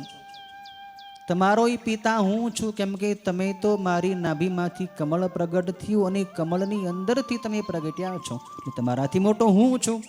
તમે આવી જૂઠી વાત ન કરો. તમે મૂર્ખ છો. તમને આ તત્વનો ખ્યાલ નથી. આ તત્વ જાણ્યા વિના જ તમે આવું ખોટું બોલો છો. બ્રહ્માજી તમારા કરતાં મોટો હું છું. બધાએ મારી પૂજા કરવાની. આવી રીતે બંને પરસ્પર વિવાદ કરતા હતા. પછી બધાએ નક્કી કર્યું કે આપણે વેદોની પાસે જઈએ અને વેદો જે પ્રમાણ આપે, વેદો એમ કહે કે આ દેવ મોટા, એને આપણે માનવાના મોટા. તે બધાય દેવતાઓ અને ઋષિઓ ચારેય વેદોને પૂછે છે, ઋગ્વેદ, યજુર્વેદ, સામવેદ અને અથર્વવેદ. તો બધાય વેદોએ પણ એમ જ કહ્યું કે બધાય દેવો કરતાં મોટા દેવ તો મહાદેવ છે. બ્રહ્મા અને વિષ્ણુ કરતાં પણ મોટા દેવ મહાદેવ છે. બધા તત્વોનું પરમ તત્વ, બધા કારણોનું પરમ કારણ મહાદેવ છે. દેવતાઓ તમે મહાદેવની ભક્તિ કરો. ચારેય વેદોએ એમ જ કહ્યું કે ભગવાન રુદ્ર જ એક શ્રેષ્ઠ તત્વ છે. એક મહાદેવ જ સર્વદ્રષ્ટા છે. શિવ જ સર્વોત્કૃષ્ટ તત્વ છે. એ ભગવાન શંકરને જ દુઃખથી પર કેવળ પરમ તત્વ પંડિતો કહે છે. ચારે વેદે એમ પોતાની વાત પ્રસ્તુત કરી છે. ત્યારે બ્રહ્માજી એ વેદોની વાત પણ માનતા નથી. વેદોની વાત તો બધાએ માનવી પડે. વેદો અપૌરુષેય છે, એટલે કે વેદોનું લેખન કોઈ પુરુષોએ કરેલું નથી. વેદોની રચના કોઈ માણસે નથી કરી. આ તો ઋષિઓને સાધના કરતા કરતા, તપશ્ચર્યા કરતા કરતા જે મંત્રો દેખાણા, એ મંત્રોનું લેખન જે સ્વયં આપોઆપ થયું, એ મંત્રો એટલે વેદો. વેદો અપૌરુષેય છે, એટલે કે કોઈએ એને લખ્યા નથી, આપોઆપ પ્રગટ થયા છે. ભગવાનનું સ્વરૂપ છે. અને વેદ આપણી સનાતન ધર્મની સંસ્કૃતિનું મૂળ વાંગ્મય છે, મૂળ સાહિત્ય છે. વેદ કહે એની વાત તો બધા દેવતાઓએ માનવી પડે. પણ બ્રહ્માજી જ વેદોની વિરુદ્ધ વાત કરે છે કે હે બધા દેવો, તમારી બુદ્ધિ પણ બગડી છે, તમારી આ વાત ખોટી છે. તમે શંકરને મોટો દેવ માનો છો. તમે વિચાર તો કરો બધા વેદો કે શંકર તો કોણ છે? તો દિગંબર છે, ખોપરીઓની માળા પહેરે છે, અવધૂત છે, એને કાંઈ પવિત્રતા નથી ને કાયમ ગરડા પોઠિયા પર બેસે છે ને એની કોઈ મૂર્તિ નથી ને એને કોઈ માવતર નથી. ભગવાન શિવની આ રીતે નિંદા કરે છે. ત્યારે વેદોની વાત પણ બ્રહ્માજી માનતા નથી. ત્યારે પ્રણવ એટલે કે ઓમકાર પ્રગટ થયો બધાની વચ્ચે. ઓમકાર એટલે કે પ્રણવ બધાની વચ્ચે પ્રગટ થઈ અને કહે છે કે ભગવાન ઈશ્વર રુદ્ર જ સૌથી મોટા છે. એ બ્રહ્માજી તમે એમ કહો છો કે રુદ્ર સામાન્ય છે, એ વાત તમારી ખોટી. ઓમકાર બ્રહ્માજીને પણ કહે છે કે તમારી આ વાત ખોટી છે. બ્રહ્માજી તમે એમ કહો છો કે રુદ્ર તો શિવાદેવીની સાથે રમણ કરે, રુદ્ર ગૃહસ્થી છે. તમે વિચાર તો કરો, રુદ્ર ગૃહસ્થી થોડા છે. અને એના પત્ની જે શિવાદેવી છે કોઈ સામાન્ય સ્ત્રી થોડી છે, એ તો શક્તિ છે. જેમ દરેક મનુષ્યની અંદર એક શક્તિ હોય છે, જેમ સૂર્યની અંદર પ્રકાશ છે, જેમ ચંદ્રની અંદર શીતળતા છે, અગ્નિની અંદર ઉષ્ણતા છે. ઉષ્ણતા એ અગ્નિની શક્તિ છે, શીતળતા એ ચંદ્રની શક્તિ છે, પ્રકાશ એ સૂર્યની શક્તિ છે. એમ પાર્વતી શિવાદેવી એ પણ શિવની જ અંગભૂતા શક્તિ છે, એ કોઈ સ્ત્રી નથી. તમે એને સામાન્ય ગૃહસ્થી માનો છો, એ તમારી ભૂલ છે બ્રહ્માજી, આ વાત તમારી ખોટી છે. આવી વાત કરતા હતા છતાંય બ્રહ્મા કે વિષ્ણુ ભગવાન ઓમકારની વાતને પણ માનતા નથી. ત્યારે મહાદેવ એક જ્યોતિ સ્વરૂપે એ સભાની વચ્ચે પ્રગટ થયા છે. દિવ્ય જ્યોતિ પ્રગટ થઈ એ સભાની વચ્ચે, અને એ જ્યોતિના મંડળમાં વચ્ચે રહેલા પુરુષનો આકાર બ્રહ્મા અને વિષ્ણુએ જોયો, અને એ જ્યોતિમાંથી ભગવાન શિવે ભૈરવ નામના પુરુષને પ્રગટ કર્યા છે. ભૈરવનું સ્વરૂપ વિકરાળ છે, અને બિહામણું એનું સ્વરૂપ છે. ભૈરવને ભગવાન જ્યોતિ સ્વરૂપ મહાદેવે આજ્ઞા આપી કે આજે બ્રહ્માજી પોતે અભિમાન કરે છે, એને તું શિક્ષા કર. ત્યારે ભગવાન ભૈરવ બ્રહ્માજીના જે મસ્તકને અભિમાન હતું, બ્રહ્માજીને 5 મસ્તક હતા, અને 5મા મુખેથી એ આવું અભિમાન કરતા હતા, ભગવાન શિવની નિંદા કરતા હતા. ત્યારે ભગવાન શિવે કહ્યું કે જે મુખેથી બ્રહ્માજી મારી નિંદા કરે છે, હે ભૈરવ, એના મુખને તું તોડી નાખ. મહાદેવની આજ્ઞાથી એટલે તરત જ એ ભૈરવ નામના ભગવાનના અવતારે પોતાના ડાબા હાથની આંગળીઓના નખની અણીથી બ્રહ્માજીનું જે 5મું મસ્તક હતું એને તોડી નાખ્યું છે, અને બ્રહ્માજી ધ્રુજી ગયા છે. બ્રહ્માજીને થયું કે હવે તો મારો વિનાશ કરશે. બ્રહ્માજી અને ભગવાન વિષ્ણુ પણ પછી મહાદેવની પ્રાર્થના કરે છે કે પ્રભુ અમને ક્ષમા કરો, ક્ષમા કરો. ત્યારે ભગવાન શિવ શાંત થયા છે, અને પછી મહાદેવ એ ભૈરવને કહે છે કે હે કાલ ભૈરવ, પહેલાં તમે મારી વાત સાંભળો. આજથી તમારું નામ કાલરાજ પડશે, અને તમારાથી કાળ પણ ડરશે. તમે મદને હણવાવાળા છો, ગર્ભને હણવાવાળા છો, એટલે તમારું નામ આમર્દક પડશે. તમે પાપને ખાઈ જવાવાળા છો, માટે તમારું નામ પાપ ભક્ષણ પણ પડશે. અને તમે મારી કાશી નગરી જે છે એ કાશી નગરીના રખેવાળ કોટવાળ થશો, કાશી નગરીના અધિપતિ તમે થશો. તમે બ્રહ્માજીનું 5મું મસ્તક કાપ્યું છે, માટે હવે તમે શાંત થાવ, તમારું કાર્ય હવે પૂરું થયું છે. પણ તમારે હવે બ્રહ્માને કે વિષ્ણુને પણ સામાન્ય દેવ નથી માનવાના. આ તો બધી મારી લીલા છે. બ્રહ્મા અને વિષ્ણુને ગર્વ થયો હતો, માટે ગર્વ ઉતારવા સારું મેં તમને પ્રગટ કર્યા છે. પણ બ્રહ્મા અને વિષ્ણુ એ મારા જ અંગ છે, તમે પણ એનો આદર કરો. અને બ્રહ્માનું મસ્તક તમે કાપ્યું એટલે લોક દ્રષ્ટિએ તમને બ્રહ્મ હત્યા લાગી. બ્રહ્માજીના મસ્તકની હત્યા તમે કરી, એટલે બ્રહ્મ હત્યાનું પાપ લોક દ્રષ્ટિએ તમને લાગ્યું છે. બાકી તમને પાપ થોડું અડી શકે, તમે તમારા અવતાર છો. હે ભૈરવ, તમારું તો નામ જ પાપ ભક્ષણ મેં પાડ્યું છે. પણ છતાં સમાજની અંદર, લોકની અંદર આપણે ધર્મની મર્યાદા પાળવાની છે કે બ્રાહ્મણની હત્યા કરવી નહીં, બ્રાહ્મણને મારવો નહીં. જેથી બ્રાહ્મણને મારવાથી બ્રહ્મ હત્યાનું પાપ લાગે છે. માટે તમે આવી લીલા કરો કે મને બ્રહ્મ હત્યા લાગી, અને એ બ્રહ્મ હત્યા દૂર કરવા માટે તમે કપાલ વ્રત ધારણ કરો. એટલે કે કપાલ વ્રત લ્યો, ભિક્ષા વ્રત લ્યો. બધે તમારે આ કપાલ એટલે ખોપરી, ખોપરીનું પાત્ર હાથમાં લઈને બધે ફરવાનું અને બધે ભિક્ષા માગવાની. અને તમારી પાછળ પાછળ આ એક બ્રહ્મ હત્યા નામની કન્યા હું ઉત્પન્ન કરું છું. મહાદેવે બ્રહ્મ હત્યાને પ્રગટ કરી છે કન્યા રૂપે. કહ્યું છે કે આ કાલભૈરવની પાછળ પાછળ તું જા. કાલભૈરવને મહાદેવે કહ્યું કે તમે બધા લોકની અંદર ભિક્ષા માગતા માગતા પરિભ્રમણ કરો, બધી ફરો, ફરતા ફરતા જ્યારે તમે મૃત્યુલોકમાં પૃથ્વી ઉપર મારી કાશી નગરીની અંદર પ્રવેશ કરશો, કાશીની જે સીમા છે, જે સરહદ છે, એ સીમાની અંદર તમે જ્યારે પગ મૂકશો ત્યારે આ બ્રહ્મ હત્યા તમને છોડીને જતી રહેશે. કેમ કે કાશી નગરી એ બ્રહ્મ હત્યાના પાપનો નાશ કરવા વાળી છે.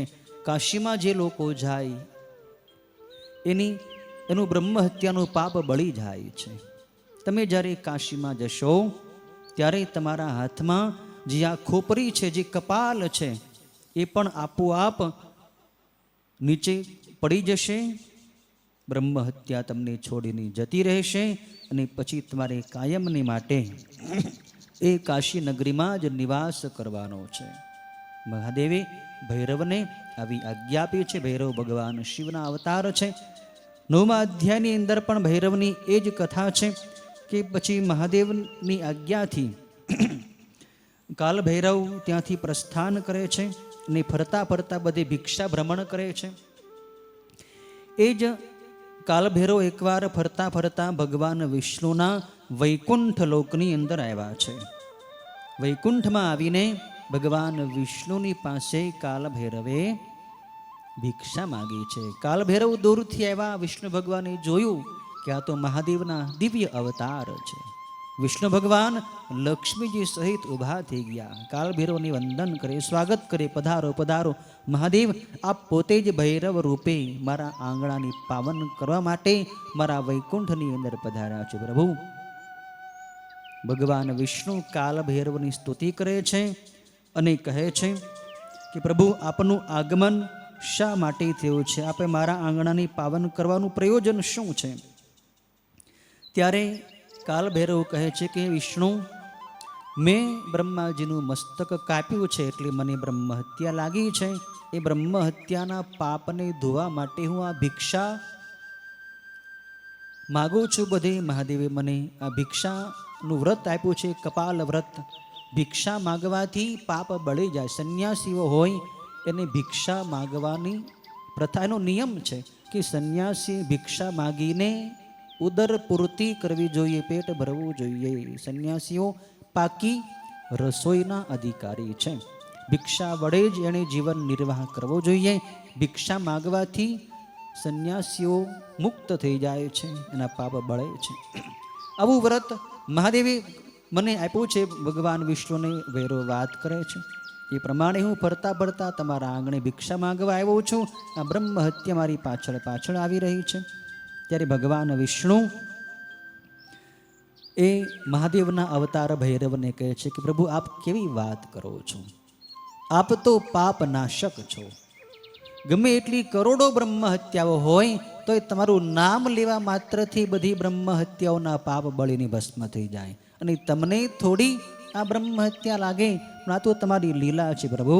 આપની લીલાની કોઈ જાણી શકે નહીં. આપ તો સ્વતંત્ર છો. જાણે આપ પાપી હો એમ જગતની અંદર બધે ફરો છો, પણ આપનું નામ તો પાપ નાશક છે. પ્રભુ આપની મારા વંદન છે. જે લોકો આપનું સ્મરણ કરે, ચિંતન કરે, એનું પણ બ્રહ્મ હત્યાનું પાપ નાશ પામી જાય છે. તો આપને પાપ ક્યાંથી હોય? પછી તો ભગવાન વિષ્ણુમાં લક્ષ્મીજીને કહે છે કે માં લક્ષ્મીજીને કહે છે કે હે દેવી લક્ષ્મી, આ ભૈરવ ભગવાન આપણા આંગણે પધાર્યા છે. આપણું કર્તવ્ય છે, આપણે ગૃહસ્થી છીએ, આપણે આંગણે જે કોઈ ભિક્ષુક આવે એને આપણે જમાડવા જોઈએ. તમે આ ભૈરવને ભિક્ષા આપો. માં લક્ષ્મીજી પણ આનંદમાં છે. લક્ષ્મી માતાએ મનોરથવતી નામની ભિક્ષા કાલભૈરવના ખપ્પરની અંદર અર્પણ કરી છે. ભિક્ષાનું નામ છે મનોરથવતી. માં લક્ષ્મીજીએ આવી દિવ્ય ભિક્ષા કાલભૈરવને અર્પણ કરી છે. કાલભૈરવ પ્રસન્ન થયા છે અને ત્યાંથી પછી કાલભૈરવ પ્રસ્થાન કરી ગયા છે. ફરતા ફરતા એ ભૈરવ ત્યાંથી કાશી નગરીમાં આવે છે અને વિષ્ણુ ભગવાનની પાસેથી જતી વખતે કાલભૈરવ વિષ્ણુ ભગવાનને કહે છે કે હે ગોવિંદ, હે વિષ્ણુ, તમે મારી પાસેથી વરદાન માગો. તમે મને ભિક્ષા આપી છે, હું તમને વરદાન આપું, તમે વરદાન માગો. હે વિષ્ણુ, તમે મારા ભક્તોમાં અગ્રેસર થશો અને નિર્વિકાર છો.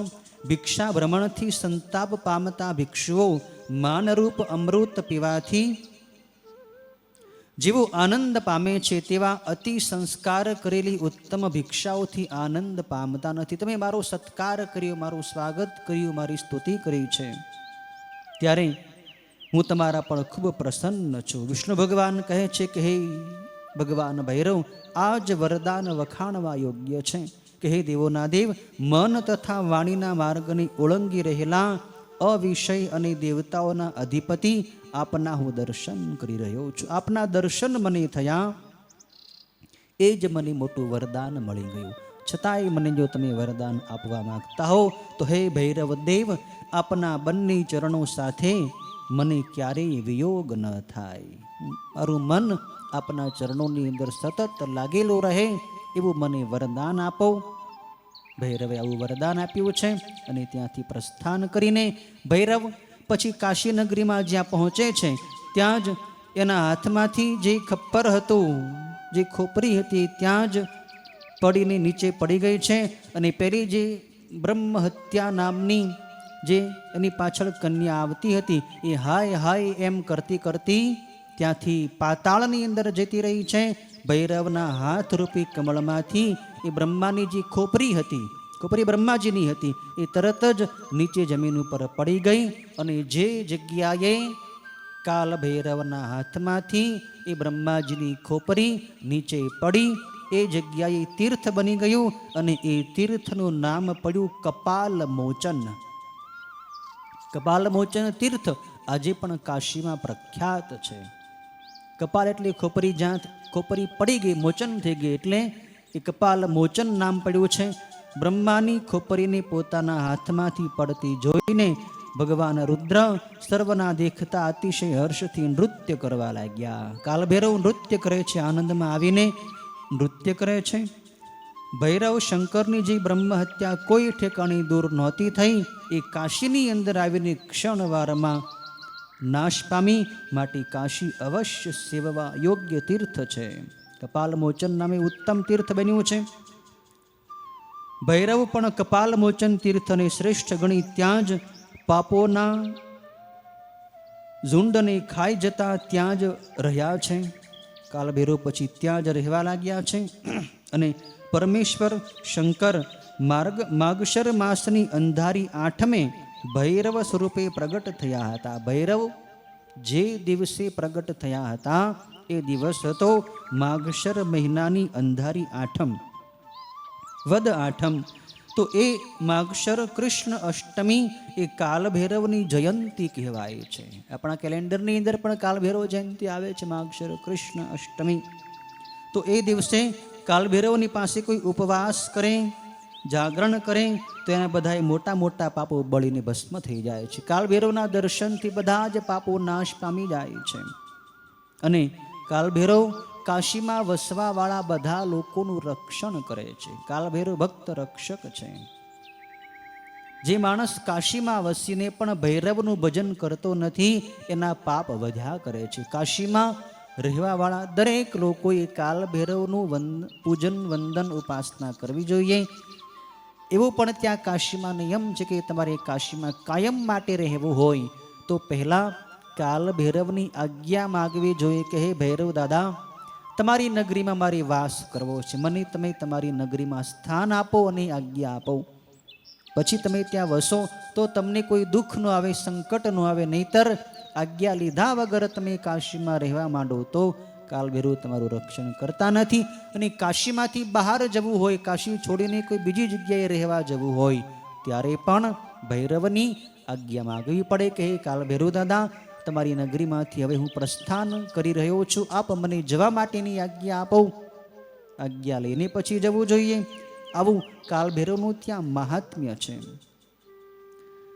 જે માણસ કાશીમાં રહીને દરેક અંધારી આઠમે તથા મંગળવારે કાલભૈરવનું ભજન કરતો નથી, તેનું પુણ્ય કૃષ્ણ પક્ષના ચંદ્રની પેઠે ઘસાતું જાય છે. દરેક અંધારી આઠમે કાશીમાં રહેવાવાળા દરેક લોકોએ કાલભૈરવનું ભજન કરવું જોઈએ, પૂજન કરવું જોઈએ. હર કોઈ માણસ જે આ કાલભૈરવની કથા સાંભળે તે કેદખાનામાં રહ્યો હોય તો પણ એ છૂટી જાય છે. આવું આ ભૈરવ ભગવાનનું આખ્યાન છે, વ્યાખ્યાન છે. ભૈરવની કથા, ભૈરવ ભગવાન શિવના જ અવતાર છે. શિવનો ભૈરવ નામનો અવતાર કેવી રીતે થયો એની સુંદર કથા નંદીશ્વરે મુનિવર સનતકુમારને અહીં સંભળાવી છે. હવે ભગવાન શિવનો હવે પછીનો અવતાર શલભ અવતાર થયો છે. શલભ એટલે તીડ, જે પેલું તીડડું આવે ને એવા તીડ રૂપે ભગવાન શિવનો અવતાર કેવી રીતે થયો હતો, શા માટે થયો હતો, એની દિવ્ય કથા નંદીશ્વર સનતકુમારને અને સૂતજી શૌનક વગેરે ઋષિઓને આવતીકાલે સંભળાવશે. ઓમ પૂર્ણમદ પૂર્ણમિદમ પૂર્ણાત પૂર્ણમુદચ્યતે પૂર્ણસ્ય પૂર્ણમાદાય પૂર્ણમેવાવશિષ્યતે. ઓમ શાંતિ શાંતિ શાંતિ. ઓમ નમઃ શિવાય. ઓમ નમઃ શિવાય.